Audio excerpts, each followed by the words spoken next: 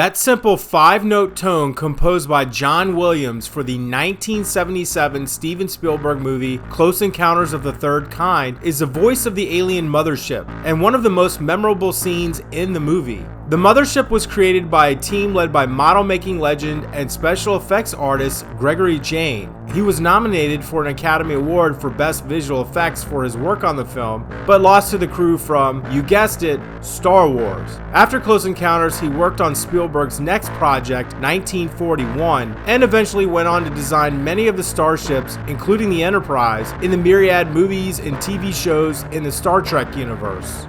The mothership was initially conceived by Spielberg, the film's writer and director, based on a dream.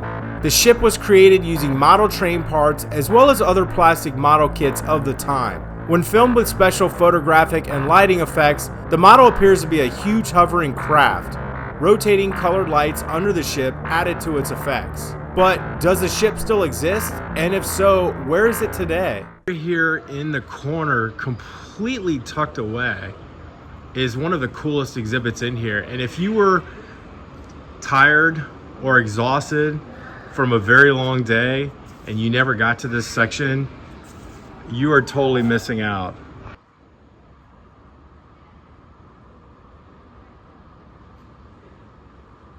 This is the actual screen used mothership model from Close Encounters of the Third Kind. Unbelievable. And this has been here, I think, since the museum opened. Mothership model, Close Encounters of the Third Kind. This model of an alien spacecraft was used in the filming of Close Encounters of the Third Kind. Gregory Jane made it from model train parts and other kits. When filmed with special photographic and lighting effects, the model appeared to be a gigantic craft rising up from behind Devil's Tower in Wyoming. Rotating colored lights added to the effect. And then this is the neatest part. They added a lot of Easter eggs. If you look closely, you can spot some details not seen in the film, including a Volkswagen bus, a submarine, the R2-D2 android from Star Wars, a U.S. mailbox, an aircraft and small cemetery plot, enhancements added by the model makers as inside jokes. Now these are all called greeblies, as model makers are probably fully aware.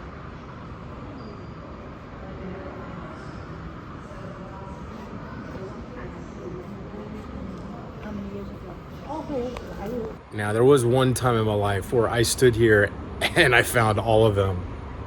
I don't know if I have the patience to do that today, but I'll see if I can point out a few of them for you. See some of those planes there? That's from an old aircraft carrier model.